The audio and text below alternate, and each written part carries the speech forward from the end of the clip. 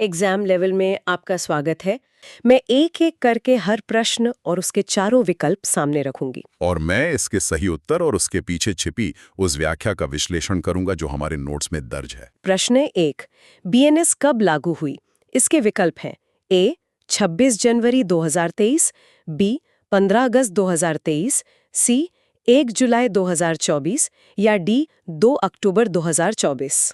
हमारे स्रोत के अनुसार इसका सही उत्तर है विकल्प सी, 1 जुलाई 2024। 1 जुलाई 2024। हाँ, जो व्याख्या हमें दी गई है वह यह स्पष्ट करती है कि 1 जुलाई 2024 से बीएनएस को पूरे भारत में लागू कर दिया गया। और इसके साथ ही जो सबसे बड़ा बदलाव हुआ वह ये कि इसी दिन से पुराना कानून यानी आईपीसी 1860 पूरी तरह से समाप्त हो गया। ये तारीख अपने आप में एक बहुत बड़ा मील का पत्थर है। 1860 से चला आ रहा एक ढांचा एक ही दिन में बदल गया। बिल्कुल। इसी बुनियादी बदलाव को हमारा अगला प्रश्न और भी गहराई से छूता है। प्रश्न 2 है, बीएनएस ने किस कानून को प्रतिस्थापित किया? विकल्प है ए सीआरपीसी, बी आईपीसी 1860, सी सीपीसी या डी एविडेंस एक्ट। अगर हम दी गई जानकारी पर गौर करें तो जवाब है विकल्प बी, आईपीसी 1860। मतलब पुराने वाले कानून को। व्याख्या बहुत साफ शब्दों में बताती है कि बीएनएस ने भारतीय दंड संहिता 1860 यानी आईपीसी को रिप्लेस किया है, जो कि अंग्रेजों के समय का था। जी। यहाँ ये समझना बहुत जरूरी है कि ये पुराना कानून अंग्रेजों के समय में बनाया गया था। ये केवल एक किताब को हटाकर दूसरी किताब रखने जैसा नहीं है। तो ये क्या है? ये उस औपनिवेशिक सोच को हटाने का प्रयास है जो 1860 के दशक से हमारी न्याय प्रणाली की बुनियाद में बैठी थी। ये एक बहुत ही अहम बिंदु है। जब कानून बनाने वाले विदेशी हों तो उनका नजरिया हमेशा शासक और शासित वाला होता है। एकदम सही कहा आपने। इसी नजरिए को बदलने की दिशा में जो कदम उठाए गए हैं वो हमारे तीसरे प्रश्न में साफ झलकता है। प्रश्न 3, बीएनएस में कुल कितनी धाराएं हैं? विकल्प इस प्रकार हैं: ए 356, बी 358, सी 360 या डी 400। यहाँ सही उत्तर है विकल्प बी, 358। 358 धाराएं। हाँ, हमारे नोट्स की व्याख्या एक बहुत ही दिलचस्प तुलना पेश करती है। इसमें बताया गया है कि नई बीएनएस में कुल 358 धाराएं हैं, जबकि पुराने में ज्यादा थीं। बिल्कुल। पुरानी आईपीसी में 511 धाराएं हुआ करती थीं। 511 से घटाकर 358 धाराएं, ये तो संख्या में एक बहुत बड़ा अंतर है। बहुत बड़ा अंतर है।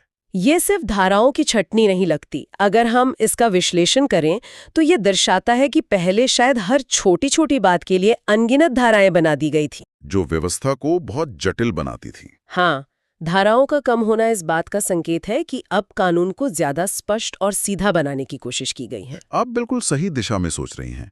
ये अनावश्यक जटिलताओं को खत्म करने का एक स्पष्ट उदाहरण है। जब धाराएं कम और स्पष्ट होती हैं तो आम नागरिक के लिए भी ये समझना आसान हो जाता है कि कानून आखिर कहता क्या है।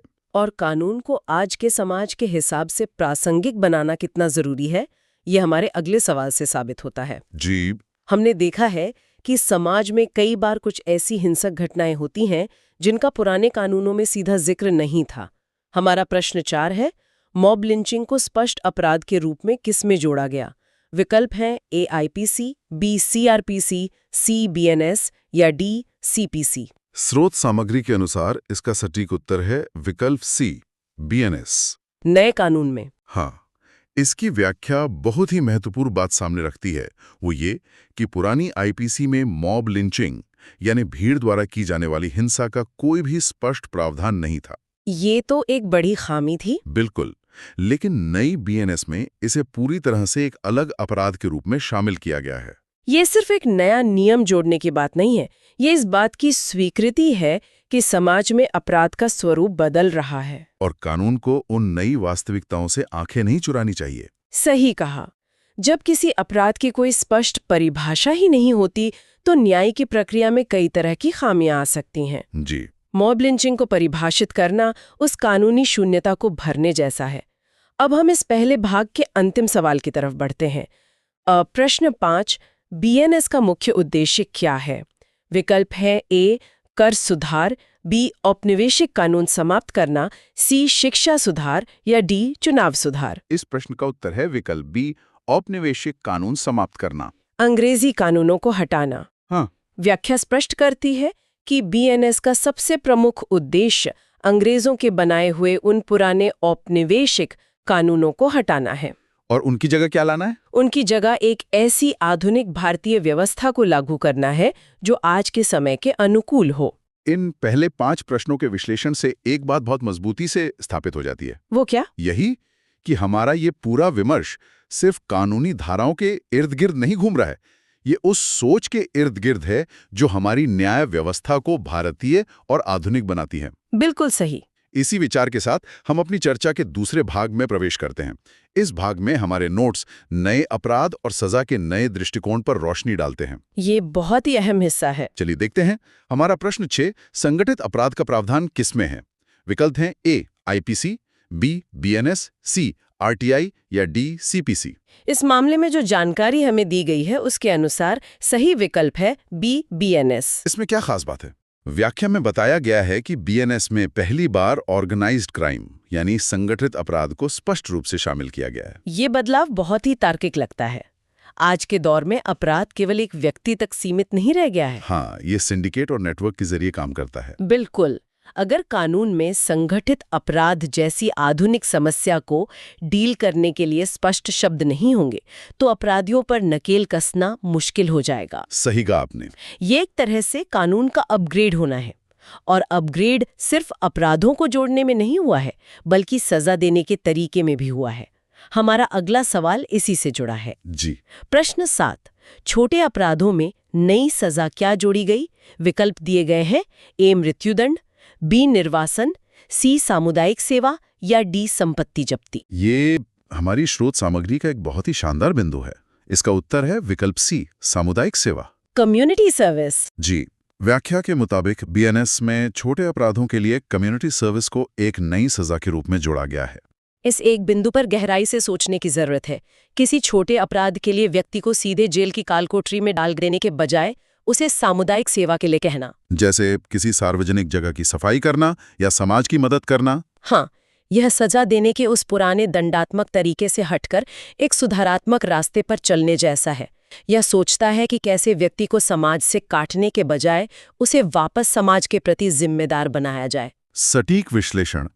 जब आप किसी को जेल भेजते हैं तो वो समाज से अलग हो जाता है, लेकिन सामुदायिक सेवा उसे ये एहसास दिलाती है कि उसने समाज का नुकसान किया है और अब उसे समाज के लिए ही कुछ बेहतर करके उसकी भरपाई करनी है। यह न्याय व्यवस्था के दर्शन में एक बहुत बड़ा और सकारात्मक बदलाव है। बिल्कुल। अब एक और संवेदनशील मुद्दे की तरफ बढ़ते हैं जो समाज की सुरक्षा से जुड़ा है। प्रश्न 8, महिलाओं के खिलाफ अपराधों में सख्ती किस में बढ़ाई गई? विकल्प है ए आईपीसी, बी बीएनएस, सी सीपीसी या डी आईटी एक्ट। हमारे स्रोत के आधार पर उत्तर है विकल्प बी बीएनएस। इसमें क्या कड़े कदम उठाए गए हैं? व्याख्या ये स्पष्ट करती है कि नए बीएनएस में महिलाओं और बच्चों के खिलाफ होने वाले अपराधों के लिए पहले के मुकाबले अधिक कठोर दंड का प्रावधान किया गया है। महिलाओं और बच्चों की सुरक्षा हमेशा से एक प्राथमिकता होनी चाहिए। जी। जब कानून ऐसे अपराधों के लिए कठोरता दिखाता है तो वह समाज में एक कड़ा संदेश भेजता है कि इस तरह के अपराधों के प्रति जीरो टॉलरेंस की नीति अपनाई जाएगी। एकदम सही बात है। अब हम आते हैं उस सवाल पर जो इस पूरे नए कानून के सबसे बड़े वैचारिक बदलावों में से एक को दर्शाता है। प्रश्न 9, देश की संप्रभुता के खिलाफ कृत्य किसका स्थान लेता है? विकल्प है ए राजद्रोह, बी चोरी, सी दंगा या डी धोखाधड़ी। इसका सही उत्तर है विकल्प ए राजद्रोह, यानी वो पुराना कानून। हाँ, हमारे पास जो स्पष्टीकरण है वो बताता है कि पुरानी आईपीसी की धारा 124 से, जिसे राजद्रोह या सेडिशन कहा जाता था, उसे हटा दिया गया है। और उसकी जगह क्या आया है? उसकी जगह बीएनएस में भारत की संप्रभुता और अखंडता के विरुद्ध कृत्य को शामिल किया गया है। इस बदलाव की गहराई को समझना बहुत जरूरी है। राजद्रोह शब्द अपने आप में एक औपनिवेशिक गूंज रखता है। बिल्कुल। जहां शासक के खिलाफ बोलने को अपराध माना जाता था। लेकिन एक लोकतांत्रिक देश में सरकारें बदलती रहती हैं। जो स्थायी है वो है देश की संप्रभुता। बहुत सही कहा आपने। इस शब्द का बदलाव ये स्थापित करता है कि कानून का उद्देश्य किसी सत्ता को बचाना नहीं, बल्कि राष्ट्र की सुरक्षा और उसकी अखंडता को बचाना है। ये शब्दों का नहीं, बल्कि पूरी सोच का बदलाव है। बहुत ही उम्दा तरीके से आपने इसे जोड़ा। ये वाकई में एक आधुनिक और लोकतांत्रिक समाज की परिपक्वता को दर्शाता है, जहां राष्ट्र को सर्वोपरि रखा गया है। इसी राष्ट्र और समाज की सुरक्षा को लेकर अगला सवाल है, जो बहुत ही कठोर दंड की बात करता है। प्रश्न 10, नाबालिग से सामूहिक अपराध पर अधिकतम सजा क्या है? विकल्प है ए 10 वर्ष, बी 14 वर्ष, सी आजीवन कारावास या डी मृत्युदंड। स्रोत सामग्री के अनुसार उत्तर है विकल्प डी, मृत्युदंड। सबसे कड़ी सजा। हाँ, व्याख्या बताती है कि नए बीएनएस में अगर किसी नाबालिग के साथ गंभीर यौन अपराध होता है तो ऐसे मामलों में अधिकतम सजा के तौर पर मृत्युदंड तक का प्रावधान रखा गया है। जहां एक तरफ छोटे अपराधों के लिए सामुदायिक सेवा जैसा नरम रुख है, वहीं ऐसे जघन्य अपराधों के लिए सीधा मृत्युदंड। ये संतुलन बहुत जरूरी है। हाँ, ये दिखाता है कि कानून कहाँ सुधारना चाहता है और कहाँ वो बिल्कुल भी रियायत देने के मूड में नहीं है। दूसरे भाग का अंतिम प्रश्न व्यवस्थापिका से जुड़ा है। प्रश्न 11, बीएनएस किस मंत्रालय के अंतर्गत लाया गया?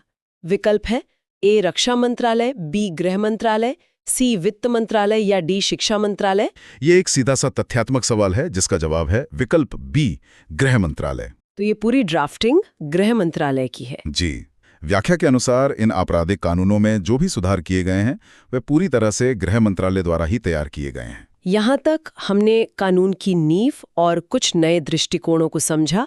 अब हम अपने रिसर्च नोट्स के तीसरे भाग में प्रवेश कर रहे हैं, जिसका मुख्य विषय है गंभीर अपराधों की परिभाषा और कानूनी भाषा। बिल्कुल, परिभाषाएं इसलिए महत्वपूर्ण होती हैं क्योंकि अदालत में एक एक शब्द के मायने निकाले जाते हैं। तो चलिए देखते हैं प्रश्न 12, क्या बीएनएस में आतंकवाद की परिभाषा शामिल है?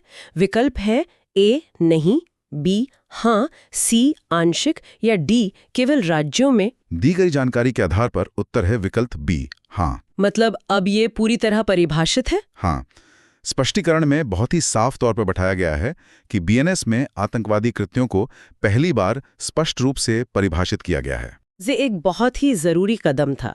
जब तक आपके पास किसी अपराध की कोई पुख्ता और स्पष्ट कानूनी परिभाषा नहीं होती, तब तक उस पर कानूनी कार्रवाई करना एक पेचीदा काम बन जाता है। सही बात है। आतंकवाद जैसी गंभीर राष्ट्रीय चुनौती से निपटने के लिए एक मजबूत परिभाषा का होना कानून को ज्यादा धारदार बनाता है। इसी तरह की स्पष्टता मॉब लिंचिंग को लेकर भी दी गई है, जिसके बारे में हमने पहले बात की थी। जी। अब देखते हैं उसमें सजा क्या तय की गई है। प्रश्न 13, मॉब लिंचिंग से मृत्यु होने पर सजा क्या है? विकल्प दिए गए हैं ए 5 वर्ष, बी 7 वर्ष, सी आजीवन कारावास या मृत्युदंड और डी केवल जुर्माना। हमारे स्रोत के अनुसार इसका उत्तर है विकल्प सी, आजीवन कारावास या मृत्युदंड। ये भी बहुत कठोर है। हाँ, व्याख्या बताती है कि यदि भीड़ द्वारा की गई हिंसा यानी मॉब लिंचिंग में किसी व्यक्ति की मृत्यु हो जाती है तो ऐसे मामलों में कठोरतम दंड दिया जा सकता है। ये सुनिश्चित करता है कि भीड़ का हिस्सा बनकर कोई भी व्यक्ति अपनी जिम्मेदारी से भाग नहीं सकता। अगर कृत्य जघन्य है तो सजा भी उतनी ही कठोर होगी। बिल्कुल। इसी कठोरता का एक और रूप हमें अगले सवाल में दिखता है। प्रश्न 14, संगठित अपराध की न्यूनतम सजा क्या है?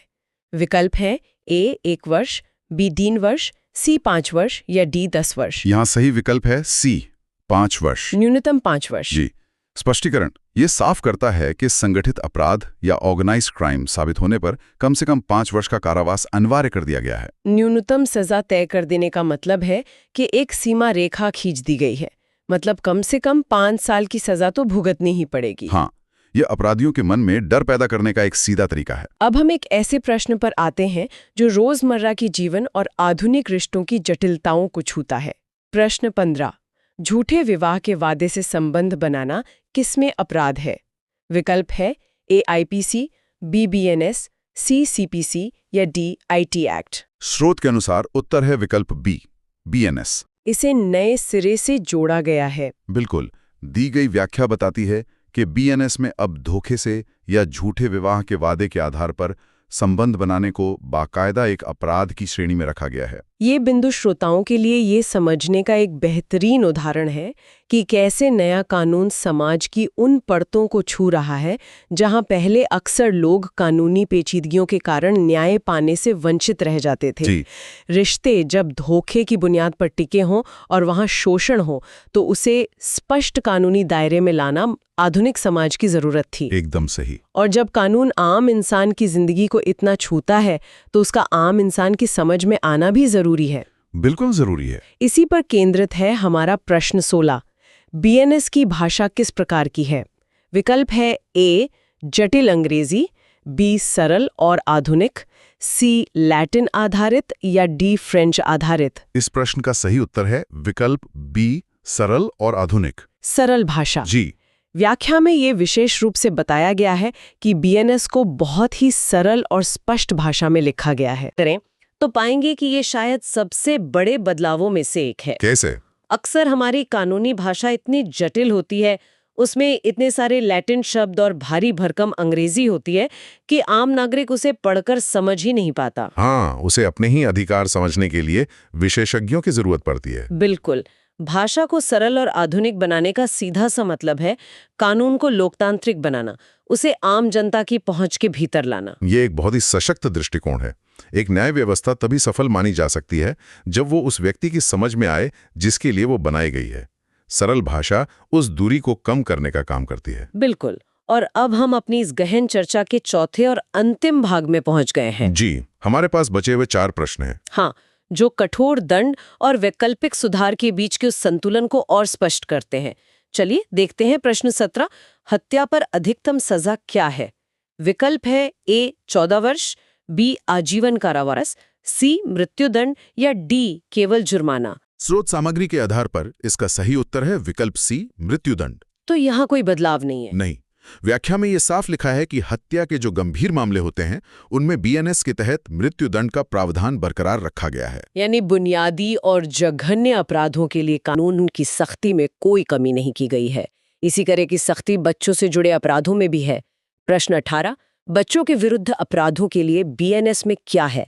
विकल्प है ए सामान्य सजा, बी विशेष प्रावधान, सी कोई बदलाव नहीं या डी केवल जुर्माना। इसका जवाब है विकल्प बी विशेष प्रावधान। बच्चों के लिए खास नियम? हाँ, व्याख्या स्पष्ट करती है कि नए कानून में बच्चों की सुरक्षा सुनिश्चित करने के लिए काफी कठोर और विशेष प्रावधान जोड़े गए हैं। समाज का जो वर्ग सबसे ज्यादा असुरक्षित है उसे विशेष सुरक्षा के दायरे में रखना एक कल्याणकारी राज्य की निशानी है। बिल्कुल सही। आगे बढ़ते हैं एक बहुत ही व्यापक प्रश्न की ओर।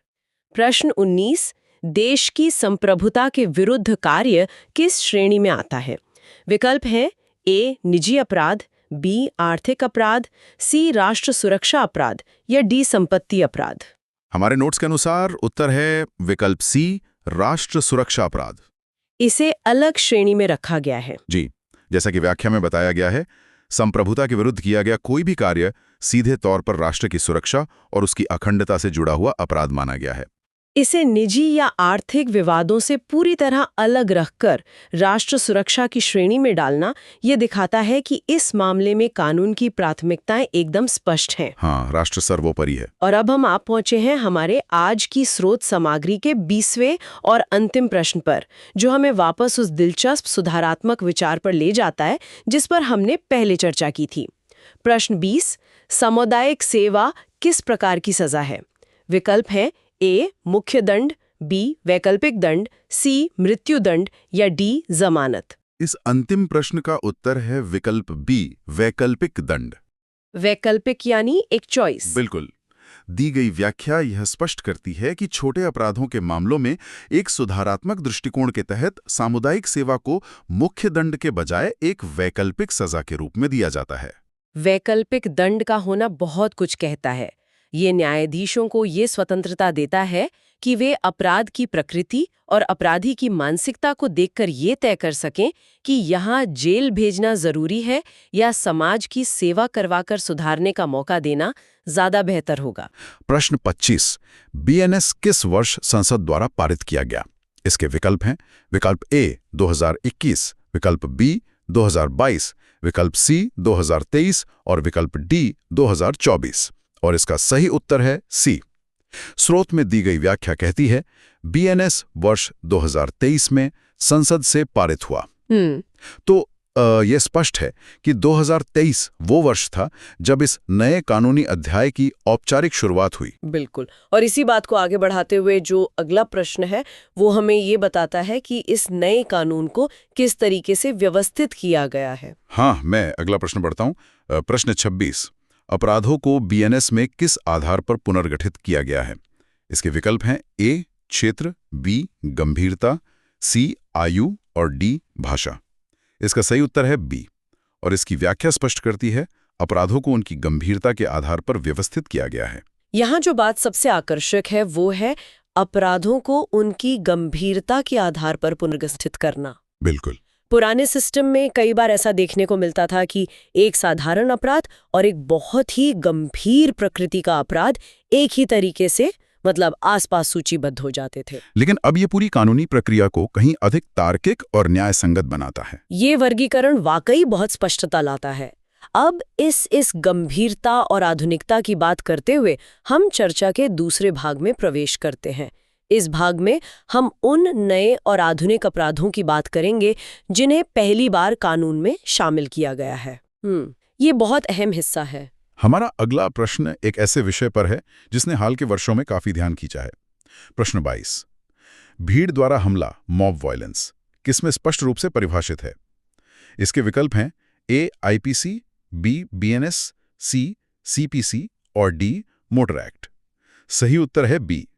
व्याख्या में लिखा है बीएनएस में पहली बार मॉब वायलेंस को अलग अपराध के रूप में स्पष्ट किया गया है। बिल्कुल। और इसी तरह की एक और जटिल समस्या है। मैं प्रश्न 23 पढ़ता हूं। प्रश्न 23, संगठित अपराध, ऑर्गेनाइज्ड क्राइम को पहली बार किसमें औपचारिक रूप से शामिल किया गया? विकल्प दिए गए हैं ए आईपीसी, बी बीएनएस, सी एविडेंस एक्ट और डी सीपीसी। उत्तर है बी। और व्याख्या के अनुसार आईपीसी में ऑर्गेनाइज्ड क्राइम की स्पष्ट परिभाषा नहीं थी, बीएनएस में जोड़ी गई है। हाँ, और अगर हम इसे बड़ी तस्वीर से जोड़ें तो ये बदलाव आधुनिक समाज की एक सच्चाई को स्वीकार करने जैसा है। बिल्कुल। कोई स्पष्ट परिभाषा नहीं थी। जब तक आप किसी अपराध को जैसे मॉब वायलेंस या सिंडिकेट्स को स्पष्ट रूप से परिभाषित नहीं करते, आप उससे लड़ नहीं सकते। बीएनएस ने इसे पहचान कर आधुनिक समाज की सच्चाई को कानून में ढाला है। सही कहा। और जब इस अपराध को इतनी गंभीरता से परिभाषित किया गया है तो इसके दंड का प्रावधान भी उसी स्तर का है। मैं प्रश्न 32 पढ़ता हूं। प्रश्न 32, संगठित अपराध की न्यूनतम सजा क्या है? इसके विकल्प हैं ए 1 वर्ष, बी 3 वर्ष, सी 5 वर्ष और डी 7 वर्ष। सही उत्तर है सी। व्याख्या में स्पष्ट किया गया है ऑर्गेनाइज्ड क्राइम पर कम से कम 5 वर्ष की सजा का प्रावधान है। कम से कम 5 वर्ष, ये एक बहुत ही सख्त संदेश है कि संगठित अपराध से जुड़े मामलों में कोई ढिलाई नहीं बरती जा सकती। ये कड़ा रुख हमें चर्चा के तीसरे भाग की ओर ले जाता है। यहाँ हम महिलाओं और बच्चों की सुरक्षा के प्रति कानून के कड़े दृष्टिकोण पर बात करेंगे। प्रश्न 31 महिलाओं के अधिकारों से जुड़ा है। प्रश्न 31 महिला की सहमति का महत्व बीएनएस में कैसा है? विकल्प है ए महत्वहीन, बी स्पष्ट और आवश्यक, सी वैकल्पिक और डी लागू नहीं। सही उत्तर है बी।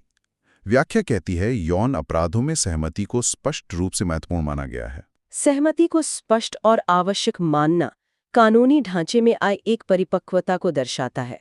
ये उन सभी ग्रे एरियाज को खत्म करता है जो पहले हुआ करते थे। ये स्पष्टता बच्चों के मामलों में और भी कड़ी हो जाती है। प्रश्न 39 बच्चों के खिलाफ गंभीर अपराधों पर दृष्टिकोण।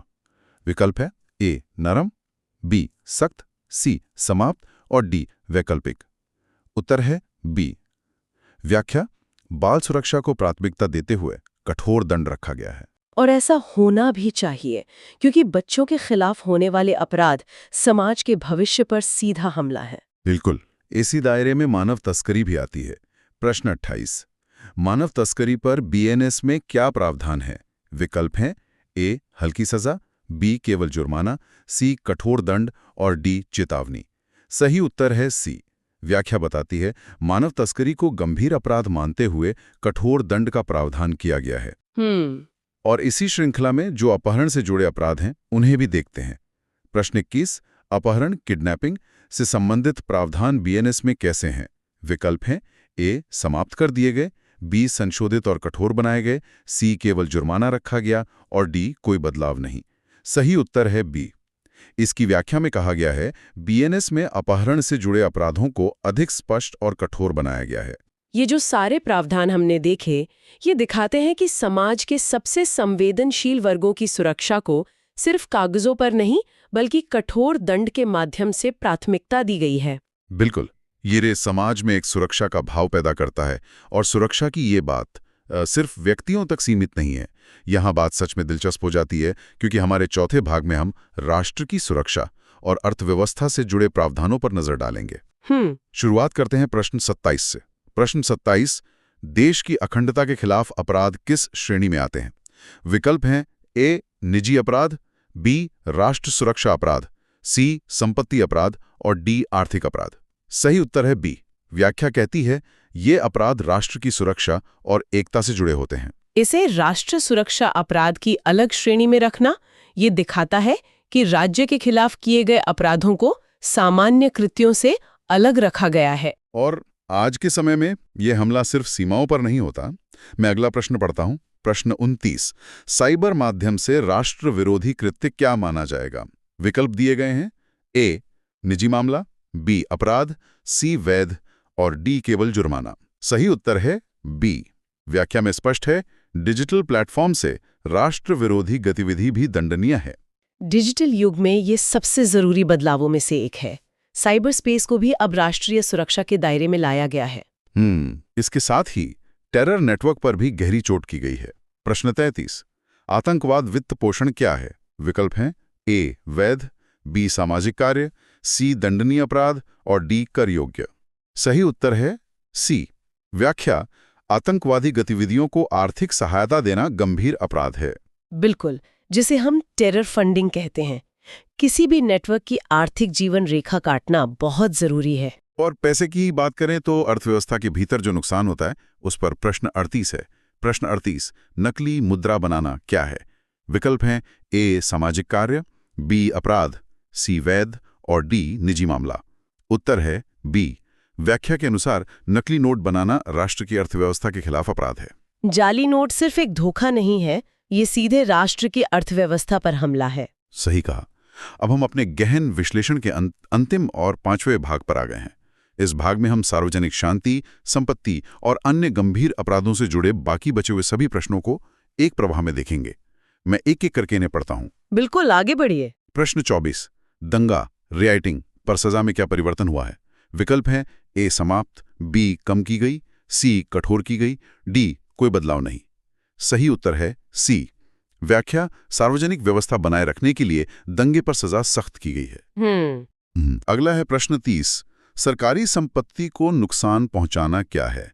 विकल्प ए निजी विवाद, बी वैध कार्य, सी अपराध, डी चेतावनी योग्य।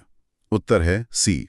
व्याख्या कहती है सार्वजनिक या सरकारी संपत्ति को नुकसान पहुंचाना दंडनीय अपराध है। हाँ। इसके बाद है प्रश्न 34, सार्वजनिक शांति भंग करना क्या है? विकल्प ए अपराध, बी वैध, सी निजी मामला, डी चेतावनी। सही उत्तर है ए। व्याख्या है कानून व्यवस्था बनाए रखने के लिए इसे दंडनीय रखा गया है। प्रश्न 35, हत्या का प्रयास, अटेम्प्ट टू मर्डर पर सजा। विकल्प ए कठोर, बी समाप्त, सी केवल जुर्माना, डी चेतावनी। सही उत्तर है ए। व्याख्या में लिखा है हत्या के प्रयास को भी गंभीर अपराध माना गया है। बिल्कुल। प्रश्न 36, अवैध वसूली, एक्सटॉर्शन क्या है? विकल्प हैं ए वैध, बी अपराध, सी निजी विवाद, डी कर मामला। उत्तर है बी। व्याख्या, किसी से डराकर धन लेना अपराध है। प्रश्न 37, जालसाजी, फोर्जरी क्या है? विकल्प ए वैध, बी अपराध, सी निजी, डी चेतावनी। उत्तर है बी। व्याख्या, नकली दस्तावेज बनाना दंडनीय अपराध है। हाँ। और अंत में प्रश्न 40, दंगा भड़काना क्या है? विकल्प हैं ए निजी विवाद, बी वैध, सी अपराध, डी चेतावनी। सही उत्तर है सी। व्याख्या बताती है दंगा फैलाना सार्वजनिक शांति के विरुद्ध अपराध है। देखिए, इन सभी बिंदुओं को सुनकर ये एक महत्वपूर्ण सवाल खड़ा करता है कि सार्वजनिक व्यवस्था और संपत्ति की रक्षा के लिए कानून कितना सख्त होना चाहिए। बिल्कुल। बीएनएस स्पष्ट रूप से चेतावनी देता है कि सार्वजनिक शांति भंग करने और दंगा फैलाने जैसे कृत्यों पर कोई नरमी नहीं बरती जाएगी। हम सीधे अपने श्रोट के पहले प्रश्न यानी प्रश्न संख्या 41 की ओर बढ़ते हैं। जी, शुरू करते हैं। तो प्रश्न 41 कुछ इस प्रकार है, बल प्रयोग द्वारा लूट क्या है? अब इसके लिए स्रोत में 4 अलग-अलग विकल्प दिए गए हैं। विकल्प ए हल्का अपराध, विकल्प बी गंभीर अपराध, विकल्प सी वैध और विकल्प डी निजी मामला। अब अगर कोई सोचे कि ये निजी मामला हो सकता है तो वो विकल्प डी चुनेगा, लेकिन इसका सही जवाब क्या है? इस प्रश्न का बिल्कुल सही उत्तर है विकल्प बी यानी गंभीर अपराध।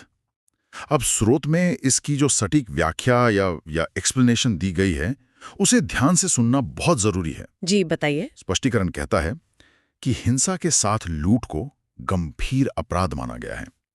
अगर हम इस एक वाक्य को खोलकर देखें तो सारा का सारा जोर इस हिंसा शब्द पर टिका हुआ है। हाँ, क्योंकि लूट तो अपने आप में एक अपराध है ही, लेकिन स्रोत स्पष्ट कर रहा है कि हिंसा या बल प्रयोग जुड़ने से बात बदल जाती है। बिल्कुल। जब लूट की परिभाषा में बल प्रयोग या हिंसा का तत्व शामिल हो जाता है तो कानून की नजर में इसकी प्रकृति पूरी तरह से बदल जाती है। मतलब वो साधारण नहीं रह जाती। एकदम सही। विकल्पों में जो हल्का अपराध दिया गया है यानी विकल्प ए, वो इसी वजह से सीधे सीधे खारिज हो जाता है। ये कोई साधारण चोरी नहीं है। हाँ। हिंसा का तत्व ही वो मुख्य कारण है जो इसे सीधे तौर पर एक गंभीर अपराध की श्रेणी में लाकर खड़ा कर देता है। ये समझना वाकई दिलचस्प है कि कैसे कैसे सिर्फ एक तत्व यानी बल प्रयोग जुड़ने से कृत्य का स्तर इतना ऊपर चला जाता है। जी। और गंभीरता का ये पैमाना हमें हमारे अगले बिंदु यानी प्रश्न संख्या 42 की ओर ले जाता है। ये एक बहुत ही संवेदनशील विषय पर है। बिल्कुल। प्रश्न है, मॉब लिंचिंग में मृत्यु होने पर क्या सजा हो सकती है? इसके विकल्प हैं ए जुर्माना, बी 5 वर्ष, सी आजीवन कारावास या मृत्युदंड और डी चेतावनी। यहाँ स्रोत के अनुसार सही उत्तर है विकल्प सी आजीवन कारावास या मृत्युदंड।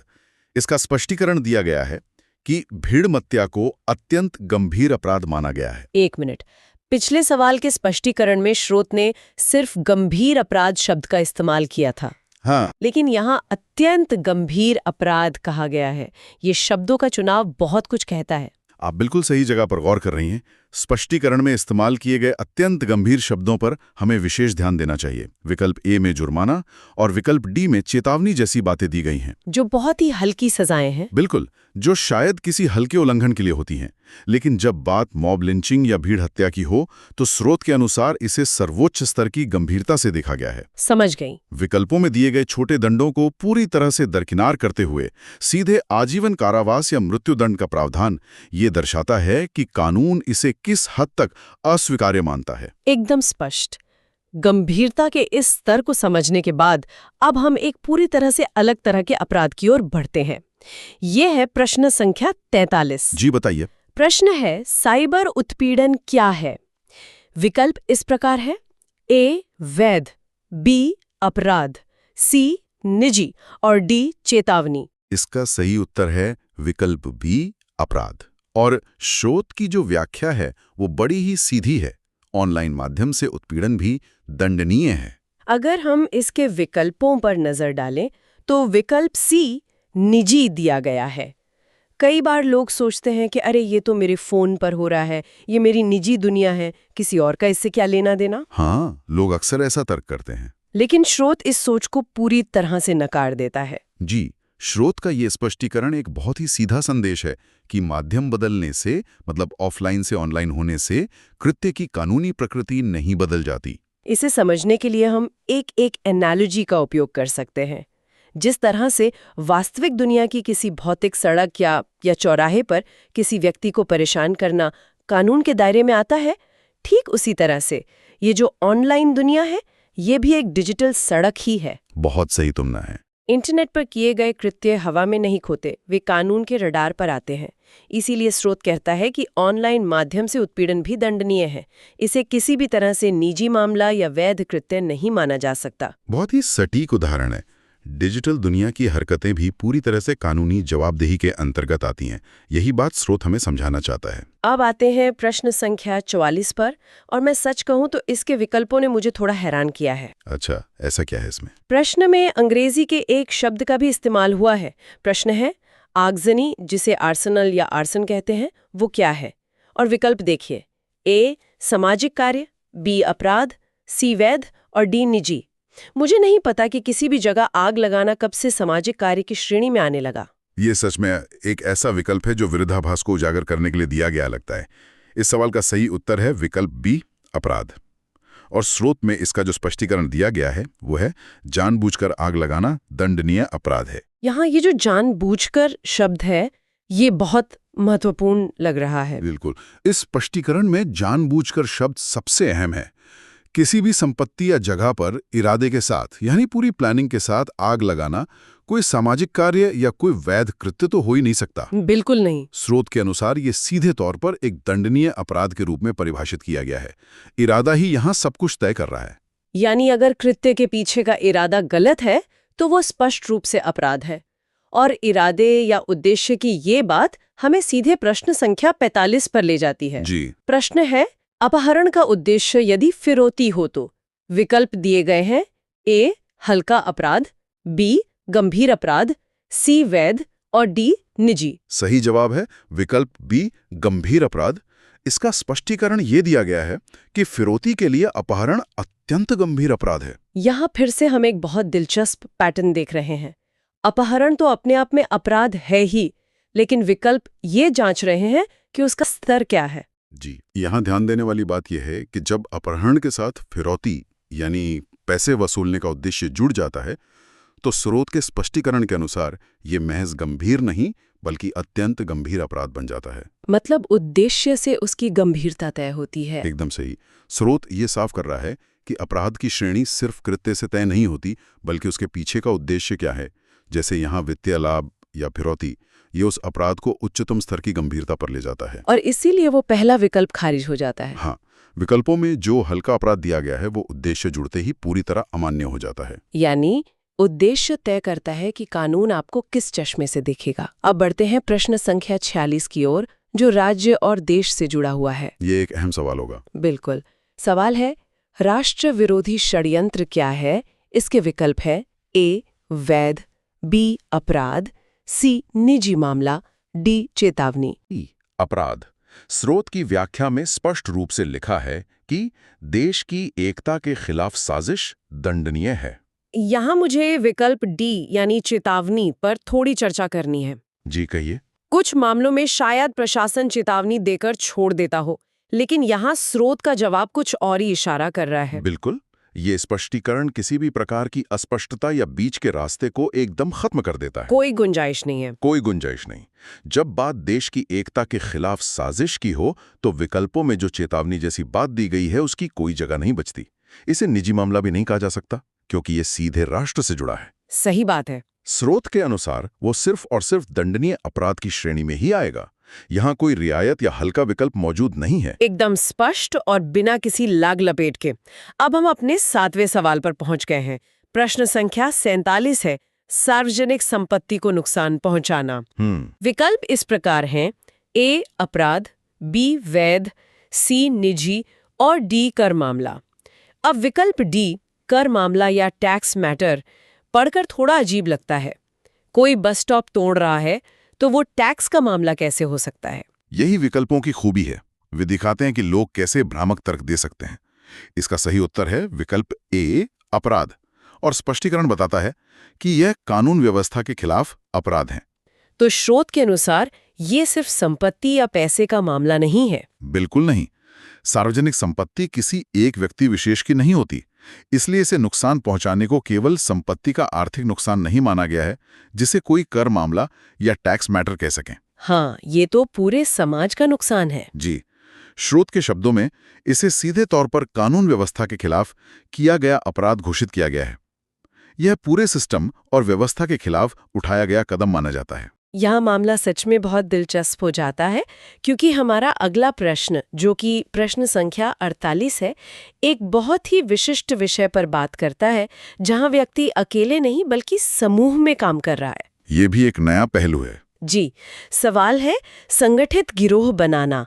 विकल्प है ए वैध, बी अपराध, सी निजी, डी सामाजिक कार्य। इसका सही उत्तर विकल्प बी है, अपराध।